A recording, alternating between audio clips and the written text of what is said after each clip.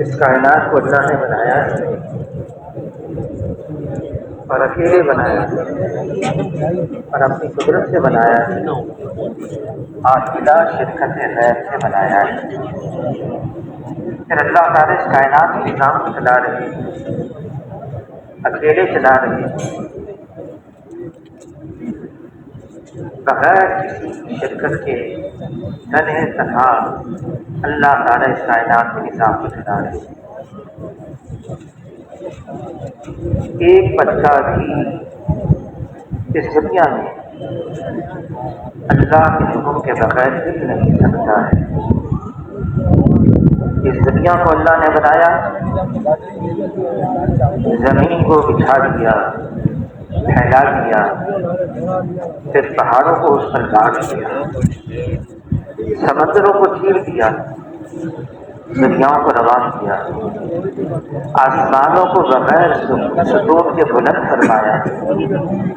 پھر اللہ تعالیٰ نے زمین سے کھیتی، درختوں کو، سبزوں کو ایسے اگایا۔ پھر اللہ تعالیٰ نے ایک دن اور رات کا نظام چلایا۔ پھر اللہ تعالیٰ یہی سوال کر رہے ہیں کلام پاک میں، اگر تا قیامت رات کا اندھیرا ہوتا، اللہ کے علاوہ کون جو دن کا اجالا لے آئے، اور اگر تا قیامت دن کا اجالا ہوتا تو اللہ کے علاوہ کون جو رات کا اندھیرا لے آئے۔ سارا نظام اللہ چلا رہی ہے۔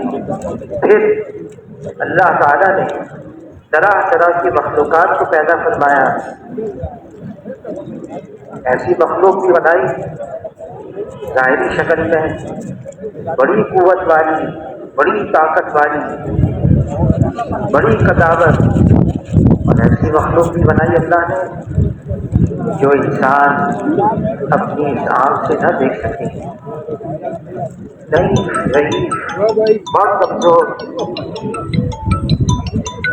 لیکن ساری مخلوقات کے اندر اللہ تعالیٰ نے سب سے افضل، سب سے اعلیٰ، سب سے اشرف انسان کو بنایا۔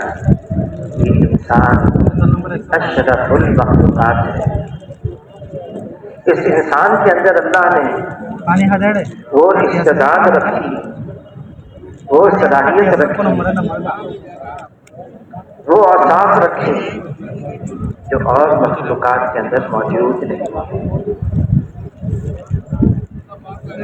اور اللہ تعالیٰ نے اس سارے نظام کو چلانے کا اور انسان کو اشرف مخلوقات بنانے کا اس کی وجہ بھی بتا دی کہ اللہ تعالیٰ نے وَمَا خَلَقْتُ الْجِنَّ وَالْإِنسَ إِلَّا لِيَعْبُدُونِ، اللہ نے جن کو، انس کو یہ اپنی عبادت کے لیے پیدا فرمایا ہے۔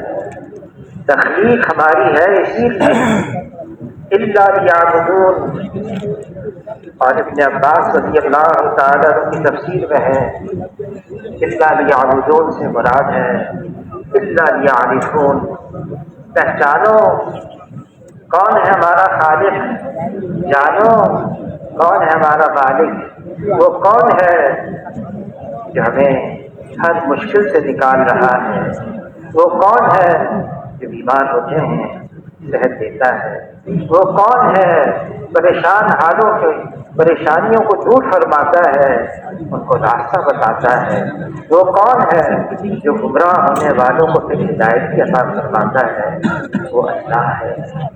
وہ ایک ہے، اکیلا ہے، یکتا ہے، تنہا ہے، اللہ کا کوئی ثانی نہیں، اللہ کا کوئی سانجی نہیں، اللہ کا کوئی متوازی نہیں، اللہ جیسا کوئی نہیں، وہ وحدہ لا شریک لہ ہے۔ جس نے اللہ کو پہچان لیا، میرا پروردگار، میرا پالنہار، میرا مشکل کشا، میرا حاجت روا، میری ساری چیزوں کا پورا کرنے والا وہ اللہ ہے، کہ وہ اللہ کو چھوڑ کر کہیں اور نہیں جائے گا۔ ہماری دنیا میں آنے کا مقصد یہی ہے،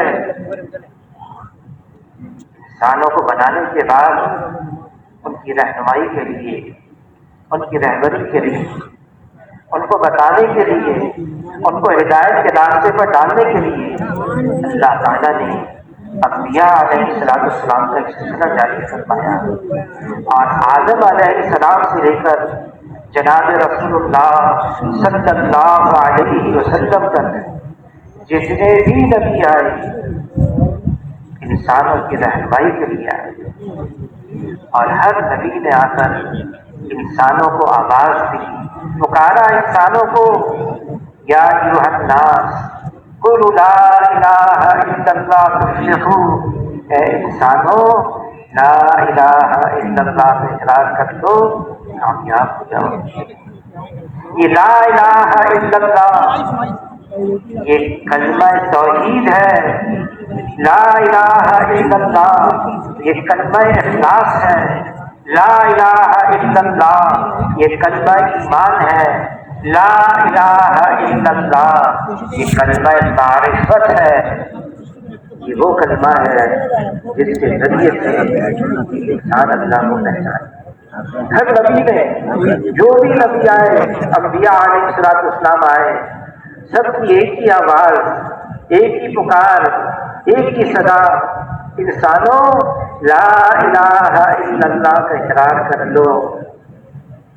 یہ وہ کلمہ ہے جو لا سے شروع ہوتا ہے، نفی پہلے ہے، انکار پہلے ہے۔ لا، اللہ کے علاوہ جو کچھ ہے اس کو اللہ نے بنایا ہے، وہ مخلوق ہے، وہ اللہ کے علاوہ ہے، اور جو مخلوق ہے جیسے وجود میں آنے کے لیے اللہ کی محتاج ہے، ایسی ساری مخلوق استعمال ہونے میں بھی اللہ کی محتاج ہے۔ اللہ خالق ہے اور باقی سب مخلوق ہے، سب اللہ کے محتاج ہیں، اور اللہ تعالیٰ اپنے کرنے میں کسی وقت بھی، کسی حال میں بھی اپنی کسی مخلوق کی کبھی کوئی احتیاج نہیں رکھتے۔ اللہ صمد ہے، اللہ تعالیٰ بے نیاز ہے، اور اللہ کی بے نیازی کی کوئی حد اور کوئی انتہا نہیں، سب اللہ کے محتاج، اور اللہ کسی کا بھی محتاج نہیں ہے۔ پھر اللہ تعالیٰ نے انسانوں کے اندر وہ استعداد رکھی کہ اللہ کو پہچان سکتا ہے جیسے اللہ ہیں۔ عجیب بات ہے، یہ انسان زمین کے اوپر ہے لیکن یہ اللہ کو دیکھ رہا ہے۔ جناب رسول اللہ صلی اللہ علیہ وسلم فرما رہے ہیں، اللہ کی ایسی عبادت کرو جیسے تم ان آنکھوں سے اللہ کو دیکھ رہے ہو۔ اَتَعْبُدُ اللَّهَ كَأَنَّكَ تَرَاهُ فَإِن لَّمْ تَكُن تَرَاهُ فَإِنَّهُ يَرَاكَ۔ اگر یہ کیفیت پیدا نہیں ہوتی اللہ کو دیکھ رہا، یہ کیفیت تو بنا ہی لو، اللہ مجھے دیکھ رہے ہیں۔ یہ کیوں ضروری ہے؟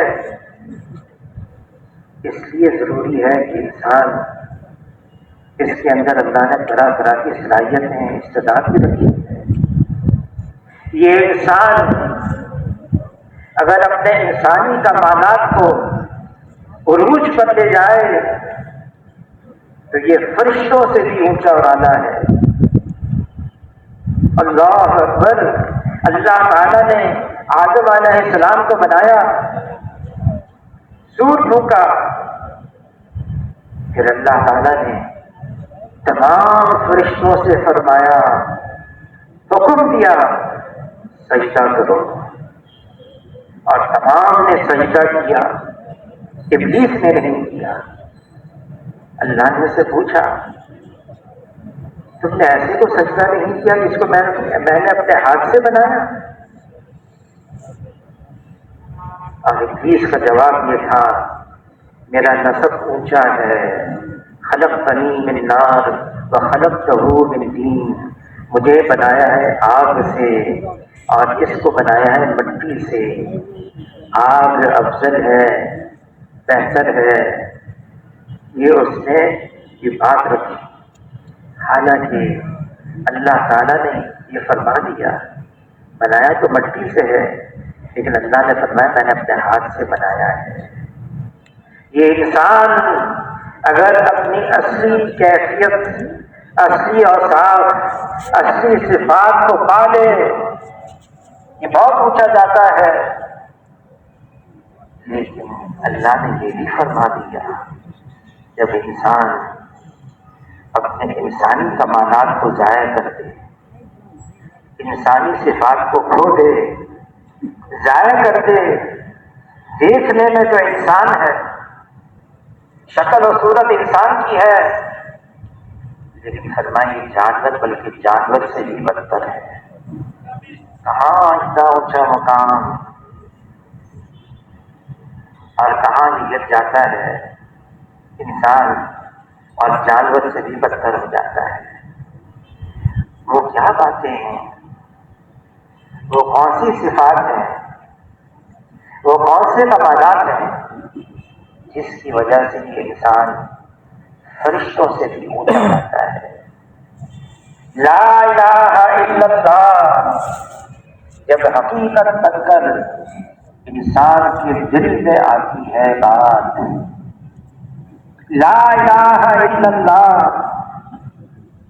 یہ کلمے کے الفاظ ہیں، ایمان کے بول ہیں، بہت قیمتی ہیں، بہت اہم ہیں، بہت ضروری ہیں، لیکن محض الفاظ، صرف بول، صرف بات۔ مولانا یوسف کاندھیلی رحمۃ اللہ علیہ فرماتے تھے ایمان یہ تو صفات کا نام ہے، ایمان یہ تو اندر کی ایک حقیقت کی پہچان ہے۔ ایمان کے بول قیمتی ہیں، لیکن صرف بول ہو ایمان کے، فرمایا کال سے کال پھیلتا ہے، حال سے حال پھیلتا ہے۔ اگر صرف ایمان کے الفاظ ہیں اچھی بات ہے، بہت ضروری ہے، لیکن ایمان کے الفاظ یہ ایمان نہیں ہے۔ ایمان کے الفاظ تو ایمان کی طرف اشارہ کر رہے ہیں، ایمان کی حقیقت اور ہوتی ہے۔ ایمان یہ صفات سے پہچانا جاتا ہے، یہ علامات سے پہچانا جاتا ہے، اس کی نشانیاں ہیں۔ حضور صلی اللہ علیہ وسلم فرماتے ہیں اگر نیکی تم کو خوش کر دے، برائی تمہیں رنجیدہ کر دے، تو یہ جان لو، سمجھ لو یہ ایمان کی نشانی ہے، ایمان کی علامت ہے۔ حضور صلی اللہ علیہ وسلم کا گزر ہوا، صحابہ کی ایک جماعت پوچھا کیا حال ہے؟ عرض کیا ہے اللہ کے رسول، اے اللہ کے رسول ہم سچے مومن ہیں، ہم پکے ایمان والے ہیں۔ کیسے؟ عرض کیا ہے اللہ کے رسول خوشی ہوتی ہے ہم اللہ کا شکر ادا کرتے ہیں، غمی آ جاتی ہے ہم صبر کرتے ہیں اور اللہ کی تقدیر پر راضی رہتے ہیں۔ اس پر جناب رسول اللہ صلی اللہ علیہ وسلم نے فرمایا رب کعبہ کی قسم، رب کعبہ کی قسم تم لوگ پکے ایمان والے ہو۔ ایمان اللہ تعالیٰ کلام پاک میں فرماتے ہیں ہم نے پہلی قوموں کو بھی آزمایا ہے، ہم تم کو بھی آزمائیں گے۔ کس بات پر؟ کہ لا الہ الا اللہ، اس کا اقرار کرنے والے کون ہیں سچے، اور وہ کون ہیں صرف زبان سے ہی اقرار کر رہے ہیں۔ مولانا جلال الدین رومی رحمۃ اللہ علیہ نے حکایت لکھی ہے کہ لیلا مجنوں کے قصے مشہور ہیں. لیلا کی باندی نے کہا عجیب معاملہ ہو گیا ہے، یہاں سے روز کھانا جاتا ہے، اتنے لیلا لیلا کہنے والے جمع ہو گئے، ان میں اصل کون ہے پتہ نہیں چل رہا. لیلا نے کہا کیا مشکل بات ہے، آج کوئی کھانا نہیں جائے گا، آج تشتری پہ صرف خالی تشتری پر ایک جھوڑی رکھ کر یہ پیش کرنا ہوگا. اعلان کرو آج لیلا نے کھانا نہیں بھجوایا ہے، آج تو لیلا کی طرف سے اعلان ہے، مجنوں اپنے چہرے کا گوشت کاٹ کے اس میں رکھ دے. باندی پہنچی کھانے کے انتظار میں، کوئی کھانا نہیں. اعلان ہوا، سب چلے گئے، بھاگ گئے، ایک رہ گیا. چھری اٹھائی، اپنے چہرے ماتھے سے کچھ گوشت نکالا، گال سے نکالا، ناک سے نکالا، چہرے کو خون خون کر دیا. باندی آئی، لیلا نے کہا کون سا مشکل کام ہے؟ ہمارے بزرگ فرماتے ہیں اللہ سے تو ہمیشہ عافیت مانگنی چاہیے، آسانی مانگنی چاہیے، سہولت مانگنی چاہیے، سلامتی مانگنی چاہیے. ایمان کے بعد سب سے بڑی دولت عافیت کی ہے، لیکن ایمان والوں کو اللہ تعالیٰ آزمائیں گے، کبھی خوف سے، کبھی نقصان سے، کبھی جان کا نقصان، کبھی دھنوں کا نقصان، طرح طرح سے آزمائشیں آئیں گی. پھر اللہ تعالیٰ یہ بھی فرماتے ہیں خوشخبری سنا دو جو صبر کریں اور وہ یوں کہیں انا للہ و انا الیہ راجعون، ہم تو اللہ کی طرف سے آئے ہیں اور اللہ کی طرف لوٹ کر جانے والے ہیں. سب سے زیادہ مشقت، سب سے زیادہ آزمائش، سب سے زیادہ پریشانی ظاہری اعتبار سے اس دنیا کے اندر انبیاء علیہ الصلوۃ والسلام کو رکھا ہے، سب سے زیادہ. اور پھر جو ان کے قریب ہوں، پھر ان کے قریب ہوں، پھر ان کے قریب ہوں. لیکن جب آزمائش آتی ہے ایمان والے پر، بلال رضی اللہ تعالیٰ عنہ کوڑے لگائے جا رہے ہیں، گرم ریت پر لٹایا جا رہا ہے، گلے میں رسی ڈال کر کھینچا جا رہا ہے.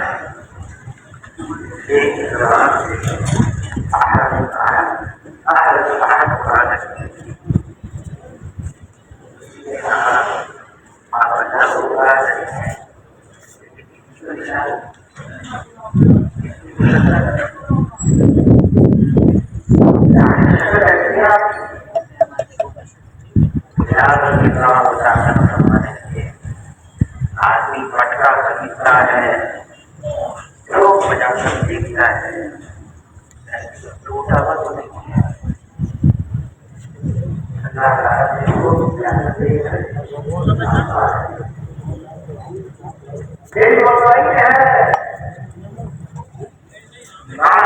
کا دل مطمئن رہتا ہے کہ میری عطا میرے عطا کی طرف سے ہے، جو کچھ ہے. ایمان یہ علامات سے پہچانا جاتا ہے، اس کی نشانیاں ہیں.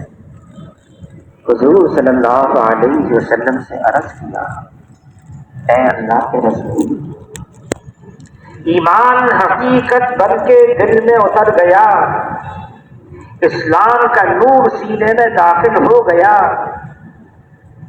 کیسے پتہ چلے؟ کوئی نشانی، کوئی علامت، کوئی پہچان؟ فرمایا ہاں، 3 نشانیاں ہیں جس کے ذریعے سے پہچانا جائے، جانچا جائے، پرکھا جائے ایمان حقیقت بن کے دل میں اتر گیا. ایمان کے بول بہت قیمتی ہیں، بہت اہم ہیں، بہت ضروری ہیں، لیکن بول تو زبان پر ہوتے ہیں، زبان اظہار کی جگہ ہے، ایمان اس کا مکان، اس کی جگہ وہ تو انسان کا دل ہے۔ یہ دل بھی اللہ نے عجیب بنایا ہے، عجیب ہے یہ انسان کا دل۔ جناب رسول اللہ صلی اللہ علیہ وسلم فرماتے ہیں، اس کا مفہوم ہے انسان کے جسم کے اندر ایک گوشت کا لوتھڑا ہے، یہ صحیح ہو گیا سارا بدن صحیح ہے، یہ بگڑ گیا سارا بدن بگڑا ہوا ہے، اور یہ گوشت کا لوتھڑا انسان کا دل ہے۔ دل کا بننا کیا ہے؟ یہ زمین اللہ کو نہیں سما سکتی، یہ آسمان اللہ کو نہیں سما سکتا، مومن کا دل ہے یہ اللہ کو سما سکتا ہے۔ دل کا بننا یہ ہے کہ اس دل میں صرف اللہ ہو اور اللہ کے علاوہ کچھ اور نہ ہو۔ دل کا بننا یہ ہے۔ پوچھا کوئی نشانی، کوئی علامت ایمان دل میں آ گئے؟ فرمایا ہاں، دنیا سے بے رغبتی پیدا ہو جائے، پہلی نشانی اس دنیا سے بے رغبتی۔ حضور صلی اللہ علیہ وسلم فرماتے ہیں اس دنیا سے بچو، یہ ہاروت اور ماروت سے زیادہ جادو کرنے والی ہے۔ دنیا اس کا گھر ہے جس کا آخرت میں کوئی گھر نہیں، دنیا اس کا مال ہے جس کا آخرت میں کوئی مال نہیں، دنیا کے لیے وہ جمع کرے جس میں ذرا بھی عقل نہیں۔ فرمایا ہر امت کے لیے ایک فتنہ ہوتا ہے، میری امت کا فتنہ یہ دنیا کا مال ہے۔ حضور صلی اللہ علیہ وسلم سید ولد آدم ہیں، حضور صلی اللہ علیہ وسلم سید الاولین سید الآخرین ہیں، امام الانبیاء ہیں، رحمت للعالمین ہیں۔ جناب رسول اللہ صلی اللہ علیہ وسلم اللہ کے بعد رتبہ ہے تو جناب رسول اللہ صلی اللہ علیہ وسلم کا ہے۔ لا يمكن السلام كما كان حقه بعد الخدا بزرگ تو یہ قصہ مختصر ہے۔ زمین اور آسمان کے خزانوں کی چابیاں حضور صلی اللہ علیہ وسلم کے قدموں میں رکھی گئی، حضور صلی اللہ علیہ وسلم نے قبول نہیں کیا، آخرت کو ترجیح۔ جبرائیل علیہ السلام تشریف لائے، عرض کیا ہے اللہ کے رسول آپ چاہیں آپ کے لیے مکے کے پہاڑ کو سونے کا بنا دیا جائے، اور جہاں آپ چلیں یہ سونے کا پہاڑ آپ کے ساتھ چلے۔ اس پر حضور صلی اللہ علیہ وسلم نے دعا مانگی، اے اللہ مجھے ایک دن اتنا کھانے کو مل جائے، میری کمر سیدھی ہو جائے، اس پر میں تیرا شکر ادا کروں، اور ایک دن میرا فاقے سے گزرے، اس پر میں صبر کروں۔ جبرائیل علیہ السلام تشریف لائے، عرض کیا ہے اللہ کے رسول آپ چاہیں آپ کو ملک النبیہ بنا دیا جائے، نبوت کے ساتھ بادشاہت دی جائے اگر آپ چاہیں۔ ایسے انبیاء علیہ السلام گزرے ہیں، سلیمان علیہ السلام نبوت کے ساتھ بادشاہت، داؤد علیہ السلام نبوت کے ساتھ حکومت، یوسف علیہ السلام نبوت کے ساتھ حکومت۔ آپ چاہیں آپ کو ملک النبیہ بنا دیا جائے، اللہ کی طرف سے پیشکش حضور صلی اللہ علیہ وسلم کو۔ پھر جبرائیل علیہ السلام نے عرض کیا یا آپ چاہیں آپ کو عبد النبیہ بنا دیا جائے، نبوت کے ساتھ بندگی دی جائے، دونوں میں اختیار ہے۔ حضور صلی اللہ علیہ وسلم نے عبد النبیہ کو پسند فرمایا۔ امت کے سامنے عملی نمونہ پیش کر دیا۔ حضور صلی اللہ علیہ وسلم مکان کیسا تھا؟ مبارک حجرہ، جنت کا باغ، جنت کا ٹکڑا۔ عائشہ رضی اللہ تعالیٰ عنہا فرماتی ہیں 8 سال جس مبارک حجرے میں میں نے حضور صلی اللہ علیہ وسلم کے ساتھ وقت گزارا ہے، وہ جنت اتنا مختصر، اتنا چھوٹا کہ عائشہ رضی اللہ تعالیٰ عنہ فرماتی ہیں ہم کھڑے ہو جاتے، قریب تھا چھت ہمارے سروں کو لگ جاتی۔ اور عائشہ رضی اللہ تعالیٰ عنہ فرماتی ہیں اگر رات کو حضور صلی اللہ علیہ وسلم اس مبارک حجرے میں نماز کی نیت باندھ لیتے، سجدے کا وقت آتا، حضور صلی اللہ علیہ وسلم اپنا ہاتھ مبارک میرے پاؤں پر رکھتے، میں سمجھ جاتی سجدے کا وقت ہے، پاؤں کو سکیڑتی اور حضور صلی اللہ علیہ وسلم کے لیے سجدہ کرنے کے لیے جگہ بناتی۔ عائشہ رضی اللہ تعالیٰ عنہ فرماتی ہیں 8 سال اس مختصر حجرے میں، جنت کے ٹکڑے میں، جنت کے باغ میں نے 8 سال گزارے۔ پھر حضور صلی اللہ علیہ وسلم کا وصال ہو گیا، حضور صلی اللہ علیہ وسلم نے پردہ فرما لیا۔ اسی مبارک حجرے میں جناب رسول اللہ صلی اللہ علیہ وسلم کی مبارک قبر بنی، اور عائشہ رضی اللہ تعالیٰ عنہ فرماتی ہے میں اسی حجرے میں حضور کے ساتھ رہنے لگی۔ اس مبارک قبر، حضور صلی اللہ علیہ وسلم کی مبارک قبر میں رہنے لگی۔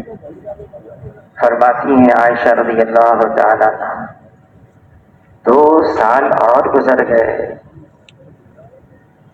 ابو بکر رضی اللہ تعالیٰ عنہ کا انتقال ہو گیا، اسی حجرے میں ان کی قبر مبارک بنی۔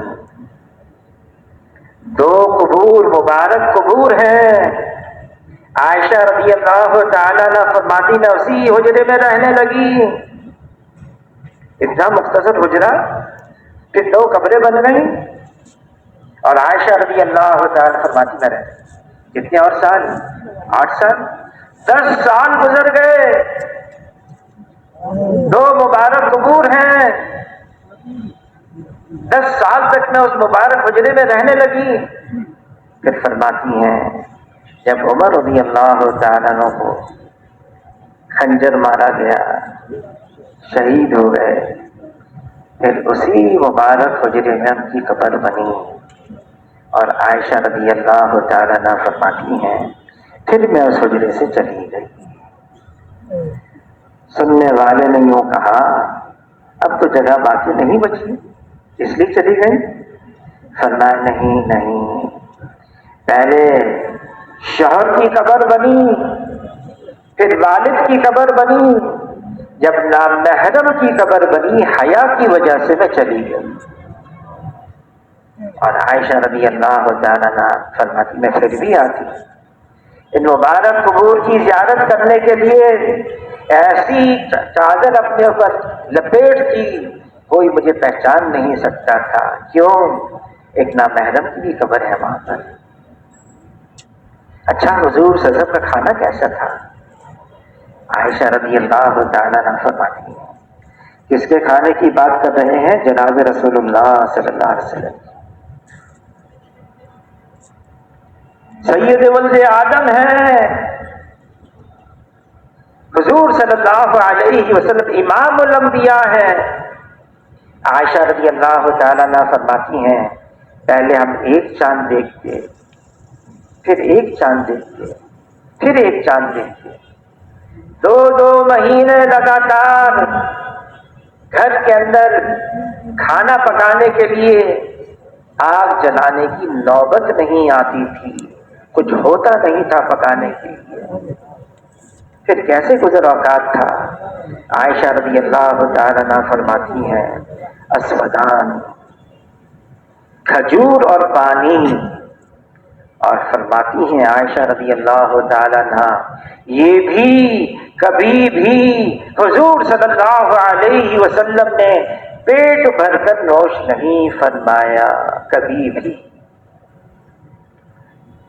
اور عائشہ رضی اللہ تعالیٰ عنہا فرماتی ہیں اگر صبح کو کچھ کھا لیتے پھر شام کے لیے کچھ نہ ہوتا کھانے کے لیے، شام کو کچھ کھا لیتے پھر صبح کے لیے کچھ نہ ہوتا کھانے کے لیے، اور کب تک؟ عائشہ رضی اللہ تعالیٰ عنہ فرماتی ہیں جب حضور صلی اللہ علیہ وسلم کا وصال ہو گیا، دنیا سے پردہ فرما گئے جناب رسول اللہ صلی اللہ علیہ وسلم، پھر شام ہو گئی، رات ہو گئی، دل میں تقاضا پیدا ہوا میں حضور صلی اللہ علیہ وسلم کا چہرے انور دیکھوں، لیکن گھر میں چراغ جلانے کے لیے تیل نہیں تھا۔ میں پڑوسن کے یہاں گئی، ادھار تیل لے کر آئی، اس ادھار تیل سے میں نے گھر کے چراغ کو جلایا، گھر میں روشنی ہوئی، میں نے حضور صلی اللہ علیہ وسلم کا چہرے انور پھر دیکھا۔ تو کسی نے کہا اچھا اس رات کو تمہارے گھر میں گھر کا چراغ جلانے کے لیے تیل بھی نہیں تھا؟ تو عائشہ فرمانے لگی رضی اللہ تعالیٰ عنہا اگر تیل ہوتا تو میں بھوک کی وجہ سے پی نہ جاتی۔ علماء حضرات فرماتے ہیں اس جملے سے پتہ چلتا ہے اس رات بھی حضور صلی اللہ علیہ وسلم کے گھر میں فاقہ تھا، فاقہ تھا۔ یہ سارا اختیاری ہے، سارا اختیاری۔ جناب رسول اللہ صلی اللہ علیہ وسلم چاہتے، حبیب خدا ہیں، رحمت للعالمین ہیں، زمین اور آسمان کے خزانے قدموں میں ہیں، چاہتے، لیکن امت کو ایک ترغیب دی، ایک بات بتائی، فرمایا کن فی الدنیا کا انک غریب و عابر سبیل، دنیا میں ایسے رہو جیسے مسافر بلکہ راہ چلتا ہوا مسافر۔ فرمایا مجھے اپنی امت پر فقر اور فاقے کا ڈر نہیں، مجھے اپنی امت پر دنیا کی فراوانی کا ڈر ہے۔ دنیا کی محبت یہ ہر خطا کی جڑ ہے، دنیا کی محبت یہ ہر خطا کی جڑ ہے۔ اس دنیا کو اللہ نے بے قیمت بنایا ہے، اس کی کوئی قیمت نہیں رکھی۔ اگر یہ دنیا اللہ کی نگاہ میں مچھر کے پر کے برابر بھی قیمتی ہوتی، اللہ تعالیٰ کافروں کو ایک گھونٹ پانی کا نہ دیتے۔ دنیا کو بے قیمت بنایا، بلکہ جو دنیا کی طرف رئیس لوگوں کی طرف للچاتی ہوئی نگاہوں سے دیکھتا ہے وہ آسمانوں کی بادشاہت میں ذلیل سمجھا جاتا ہے، اس کی بھی قیمت ختم۔ حضور صلی اللہ علیہ وسلم نے خبر دی جب میری امت دنیا کو بڑی چیز سمجھنے لگے گی، اسلام کی ہیبت اور وقت دلوں سے نکل جائے گی۔ فرمایا ہر امت کے لیے ایک فتنہ ہے، میری امت کا فتنہ یہ دنیا کا مال ہے۔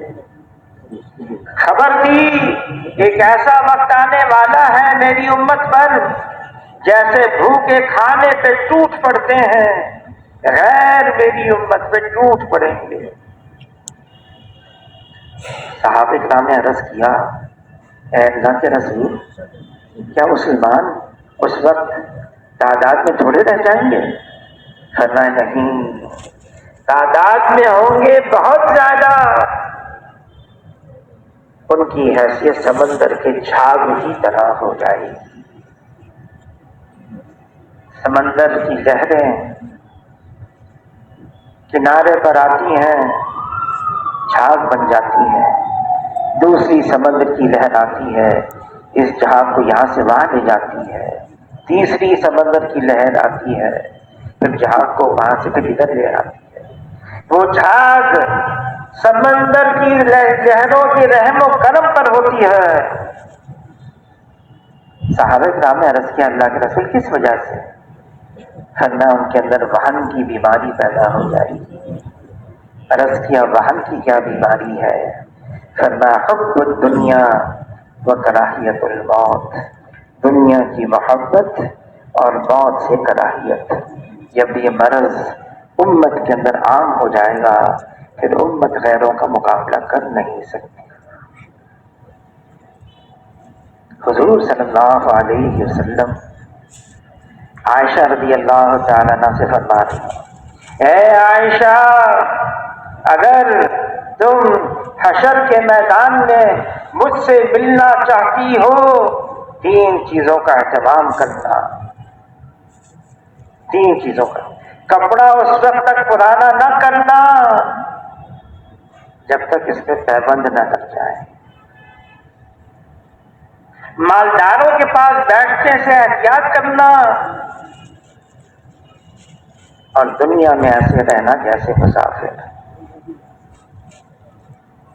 حضور صلی اللہ علیہ وسلم اپنی امت کو بتا رہے ہیں، ترغیب دے رہے ہیں، مال، نقشے، چیزیں، عہدہ، منصب، ڈگری، یہ تو غیروں کے پاس بہت ہے، ان کو بہت دیا ہے۔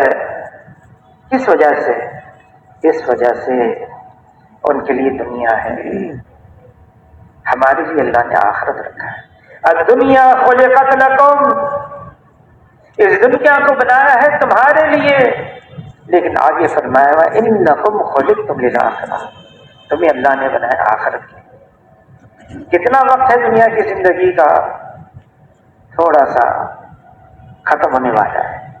پہلی نشانی ایمان حقیقت بن کے دل میں اتر گیا، دنیا سے بے رغبتی، اور دوسری نشانی دار الخلود، جہاں پہنچنا ہے آخرت، اس کا شوق ہو، اس کی تیاری ہو، اس کی لگن ہو، اس کی تمنا ہو آخرت۔ جناب رسول اللہ صلی اللہ علیہ وسلم فرما رہے ہیں، ہر نبی نے آ کر اپنی اپنی امت کو آخرت کی خبریں دی ہیں، لیکن جتنا میں نے اپنی امت کو آخرت کی خبریں دی ہیں کسی نبی نے اتنی خبریں نہیں دی۔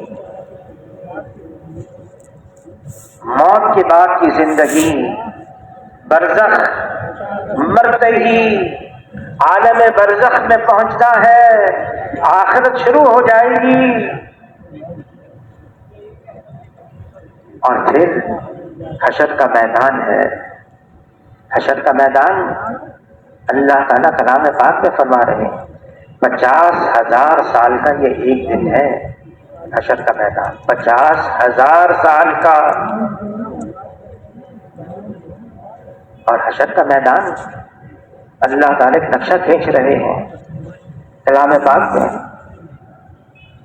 وہ نقشہ کیسا ہے؟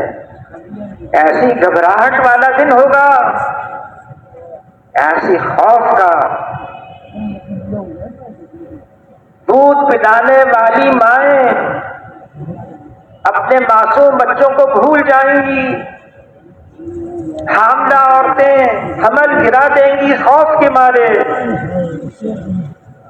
ایسا لگے گا لوگ نشے میں ہیں۔ اللہ تعالیٰ فرماتے لوگ نشے میں نہیں ہوں گے، وہ تو اللہ کا عذاب بڑا شدید ہے۔ عائشہ رضی اللہ تعالیٰ نے عرض کیا، اللہ کے رسول، حشر کے میدان میں ساری ایسے ہوں گے بغیر لباس کے، حیا کا کیا معاملہ ہوگا؟ فرمایا جس کا مفہوم ہے عائشہ، ایسی خوفناک، ایسی دہشت ناک، ایسا مشکل وقت ہوگا، کسی کا خیال تک نہیں جائے گا میرے اوپر بھی لباس نہیں اور سامنے والے پر بھی لباس نہیں۔ ایسا دہشت ناک وقت، حشر کا میدان نفسا نفسی کا عالم ہوگا، نفسا نفسی، لوگ پسینے میں ڈوبے ہوئے ہوں گے۔ وقت آ رہا ہے، کوئی کہانی نہیں، کوئی قصہ نہیں، خالی بات نہیں، حقیقت ہے، حقیقت ہے۔ حضور صلی اللہ علیہ وسلم اس کو بیان کر رہے ہیں، اللہ تعالیٰ اپنے کلام پاک میں بیان کر رہے ہیں۔ وقت آ رہا ہے، فرمایا دار الخلود، اس کا شوق ہو۔ انس بن نضر رضی اللہ تعالیٰ عنہ، اے اللہ کے رسول، میدان میں اگر میں نے جان دے دی تو کیا ملے گا؟ فرمایا جنت، جنت ملے گی۔ سواری پر سوار دوڑتے ہوئے احد پہاڑ کی طرف، اللہ کی قسم مجھے احد پہاڑ کی اس جانب جنت کی خوشبو آ رہی ہے، اور واقعی ان کو آ رہی تھی۔ بلال رضی اللہ تعالیٰ عنہ، موت کا وقت قریب آ گیا، بیوی رونے لگی، ہائے افسوس، جدائی، جا رہے ہو۔ بلال رضی اللہ تعالیٰ عنہ فرمانے لگے بخ بخ، خوشی کی بات ہے، وقت آ گیا اپنے مولا سے، اپنے خالق سے ملاقات کا۔ اب تو ملاقات ہوگی جناب رسول اللہ صلی اللہ علیہ وسلم سے، اب تو ملاقات ہوگی ان سے جو مجھ سے پہلے چلے گئے۔ خوشی، آخرت کا شوق ہو جائے، جانا ہے۔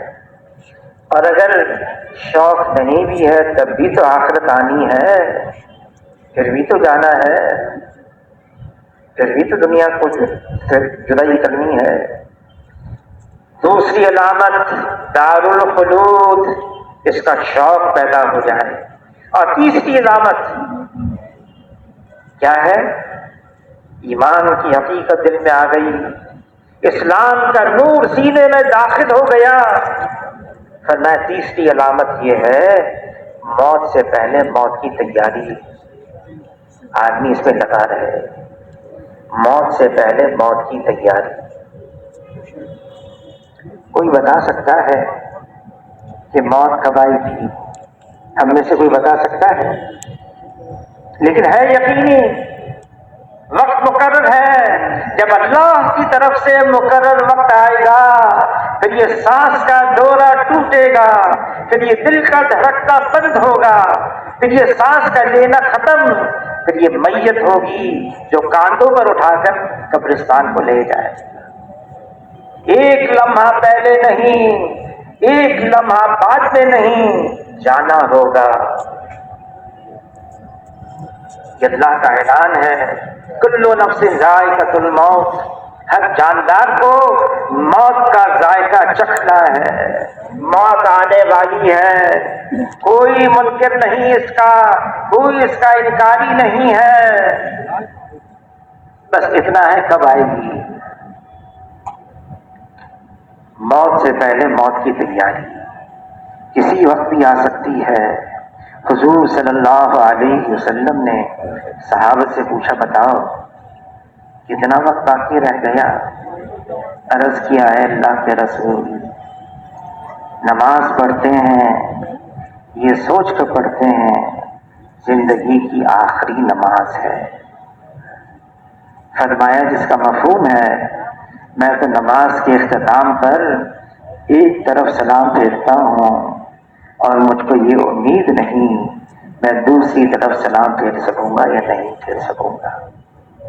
ایک لمحے کا بھروسہ نہیں، یہ رات آ گئی یہ پوری بھی ہے یا نہیں ہے، ہم نہیں بتا سکتے۔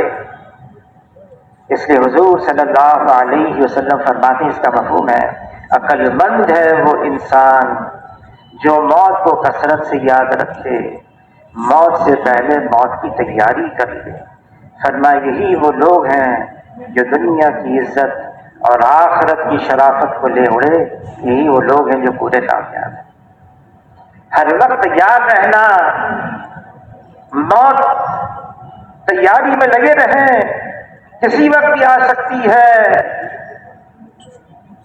جب آدمی صبح اٹھتا ہے نا، مسنون دعا ہے، یہ دعا مانگے اٹھتے کے ساتھ ہی الحمدللہ الذی احیانا بعدما اماتنا والیہ النشور۔ ہم تو مر گئے تھے، نیند موت کی بہن ہے، اللہ نے پھر زندگی دے دی، لیکن مت بھولنا والیہ النشور، ان قریب اللہ کے پاس جانے والے ہیں، لوٹنا تو اللہ کے پاس ہی ہے۔ تو حضور صلی اللہ علیہ وسلم فرماتے ہیں 3 علامات ہیں جسے پہچانا جائے ایمان حقیقت بن کے دل میں آ گیا. ایمان والوں سے ایمان پھیلتا ہے، ایمان کی حقیقت دل میں آتی ہے، پھر اسے ایمان پھیلتا ہے، کال سے کال پھیلتا ہے، حال سے حال پھیلتا ہے. صرف بول ہے یہ بھی غنیمت ہے، یہ بھی اللہ کا شکر ہے، کم سے کم ایمان کے بول تو زبان پر آ گئے، لیکن یہ کافی نہیں ہے. ایمان کی حقیقت مولانا الیاس صاحب رحمۃ اللہ علیہ ان کے ملفوظات میں ہے، میں نے اس کام کا نام تبلیغی جماعت نہیں رکھا، پڑ گیا، مجھے اختیار ہوتا میں اس کا نام تحریک ایمان رکھتا. تحریک ایمان، ایمان حقیقت بن کے دل میں اتر جائے. اصل تو یہی ہے. حاجی عبدالوہاب صاحب رحمۃ اللہ علیہ کے پاس جماعت آئی، ہم نے بڑا کام کیا، اتنی جماعتیں نکالی 7 مہینے کی ملکوں میں، چلے کی جماعتیں، سہروزہ جماعتیں، اتنی مسجدوں میں کام جمایا ہم نے، اتنی مسجدوں میں گشت بھی، مشورہ بھی، ہر مہینے 3 دن جماعتیں نکلی، اس کی بھی ترتیب بنائی. حاجی صاحب کارگزاری سنتے رہے، کارگزاری پوری ہو گئی تو فرمانے لگے یہ بتاؤ کتنے ایسے تیار کیے جن کا یقین مخلوق سے ہٹ کر ایک اللہ پر آ گیا، مجھے تو یہ بتاؤ. محنت تو اس بات کی ہے اللہ پر یقین آ جائے، ایسا یقین آ جائے کہ مشاہدے سے بھی زیادہ. علی رضی اللہ تعالیٰ عنہ فرماتے ہیں اگر میرے اور اللہ کے درمیان کے پردوں کو ہٹا دیا جائے، میرے ایمان میں ذرے برابر کا اضافہ نہ ہو، میں تو اب بھی ایسا ہوں جیسے آنکھوں سے اللہ کو دیکھ رہا ہوں. اور واقعی ایسا تھا. صحابہ کرام جو فرماتے تھے نا، ان کے دل کی آواز ہوتی تھی، کوئی بناوٹ نہیں، کوئی تصنع نہیں، کوئی دکھاوا نہیں، دل کی آواز. واقعی ان کی کیفیت بن رہی تھی. وہ مشاہدے میں دیکھ رہے تھے غیب کو. عبداللہ ابن عمر رضی اللہ تعالیٰ عنہ، اے اللہ کے رسول، میں بدر کے میدان سے گزرا، عجیب منظر دیکھا. میں نے دیکھا ایک شخص ہے زنجیروں میں جکڑا ہوا ہے، اور دوسرا کوئی ہے اور وہ اس کو مار رہا ہے. تو جو زنجیروں میں جکڑا ہوا تھا اس نے مجھے دیکھا، اس نے کہا اے عبداللہ. میں حیران، میرا نام کیسے جانتا ہے؟ پھر مجھے خیال ہوا جیسے کہتے ہیں اے اللہ کے بندے، ایسے اس نے مجھے کہا ہوگا اے اللہ کے بندے. پھر اس نے کہا اللہ تش اللہ تش، پیاس لگی ہے، پیاس لگی ہے. فوراً جو دوسرا شخص تھا اس کے ہاتھ میں ایک کوڑا تھا، گرز تھا، زور سے مارا، وہ آدمی زمین میں دھنس گیا جو زنجیروں میں جکڑا ہوا تھا. تھوڑی دیر کے بعد پھر نمودار ہوا. پھر مجھے کہا عبداللہ التش التش. حضور صلی اللہ علیہ وسلم نے پوچھا تم نے یہ منظر اپنی آنکھوں سے دیکھا؟ عرض کیا اللہ کے رسول میں نے اپنی آنکھوں سے دیکھا. فرمایا تم نے برزخ کو دیکھ لیا، تم نے ابو جہل کو دیکھا، اس کے ساتھ یہ معاملہ ہو رہا ہے تا قیامت ہوتا رہے گا. غیب کا منظر ان کی آنکھوں کے سامنے. ایمان کی وہ کیفیت ہو گئی، ایمان کی وہ سطح بن گئی. اللہ تعالیٰ کا مطالبہ ہم سب سے یہی ہے، ایسا ایمان لے آؤ جیسے وہ ایمان لے آئے.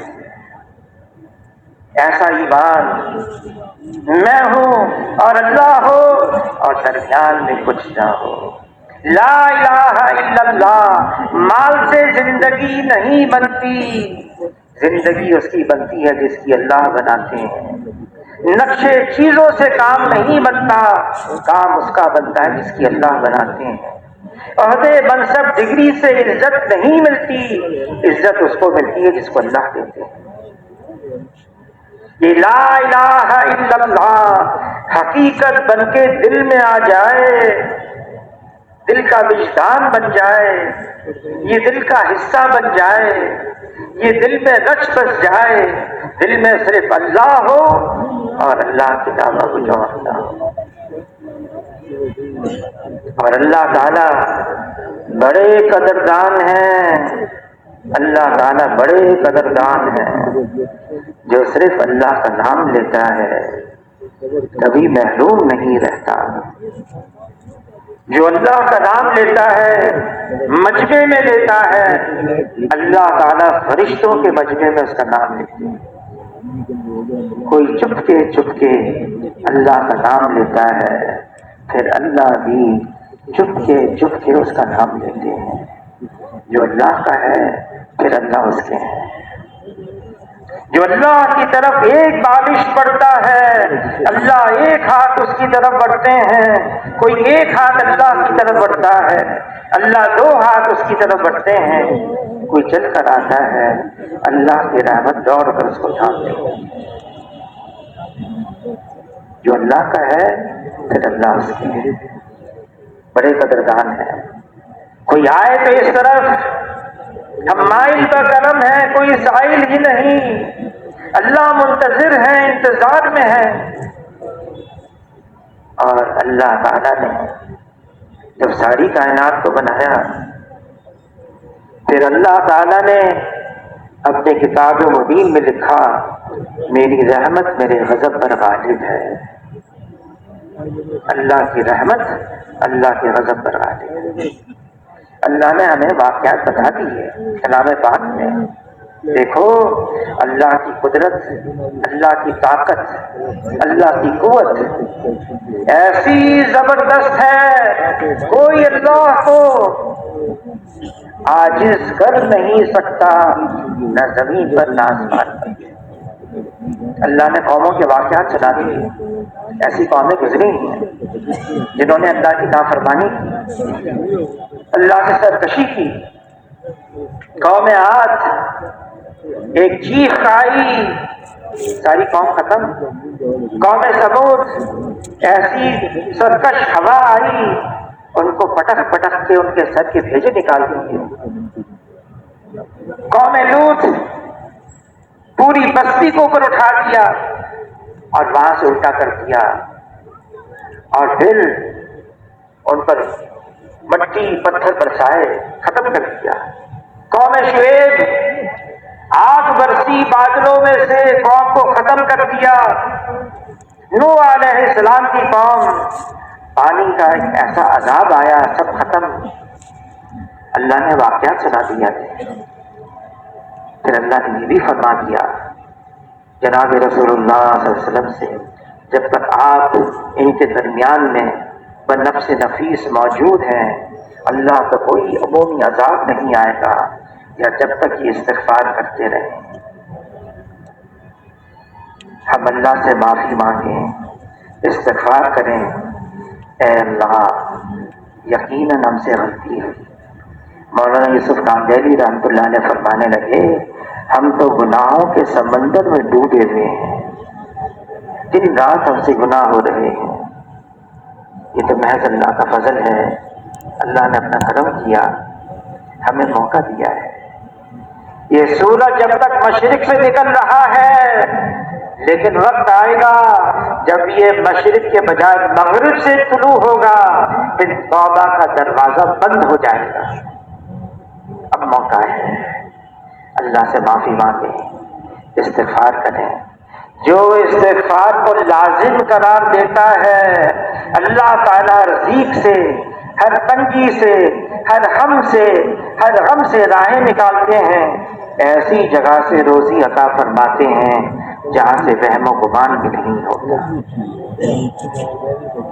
ہم اپنی طرف سے بھی معافی مانگیں، ساری امت کی طرف سے معافی مانگیں، اے اللہ میں معاف کر دے۔ پھر حاجی صاحب فرمانے لگے، ایسا گناہ بحیثیت امت کے ہو گیا، کام لگایا ہمارے ذمے، دعوت اللہ کا کام تھا ہمارے ذمے، بحیثیت امت کے یہ کام ہم سے چھوٹ گیا۔ اے اللہ اس پر بھی ہم استغفار کرتے ہیں، معافی مانگتے ہیں ہمیں بھی اور ساری امت کو معاف فرما دے. دوبارہ اس کام پر آ جائیں. امت کا ایک ایک فرد اپنی ذمہ داری کو محسوس کرے. اس زمین کے اوپر جو اللہ کی زمین ہے، اللہ کی فرما برداری عام ہو جائے، اللہ کی نافرمانی مٹتی چلی جائے. اس کے لیے محنت کوشش کرنا ہی ہمارا کام، ہماری ذمہ داری. پہلے انبیاء علیہ السلام تشریف لاتے، اب تو حضور صلی اللہ علیہ وسلم کے بعد کوئی نیا نبی بھی نہیں آئے گا. سارا کام، ساری ذمہ داری ہماری ہے. اللہ نے ہماری تعریف کر دی، بہترین امت ہے. ہم پر اللہ نے اعتماد کیا، بھروسہ کیا، اتنا بڑا کام ہمارے ذمہ لگا دیا. دین دنیا کے اندر عام ہوتا رہے، اللہ کی نافرمانی مٹتی چلی جائے، لوگ اللہ کو پہچانیں، پہچان کر اللہ کی فرما برداری میں زندگی گزاریں. صحابہ کرام نے اپنی ذمہ داری پوری کی، نکل گئے اللہ کے راستے میں. جہاں گئے وہاں کی قبریں بنی، جہاں جہاں جماعتیں جاری ہیں. ابھی ہم کابل گئے، 70 صحابہ کی قبریں اکٹھی. کراچی کے قریب جگہ ٹھٹا ہے. مولانا درخواستی صاحب رحمۃ اللہ علیہ فرمانے لگے کہ تحقیق یہاں 100 صحابہ کی قبریں ہیں. دنیا بھر میں اس زمانے میں کوئی راستوں کا پتہ نہیں، کوئی سواریوں کا انتظام نہیں، نکل گئے.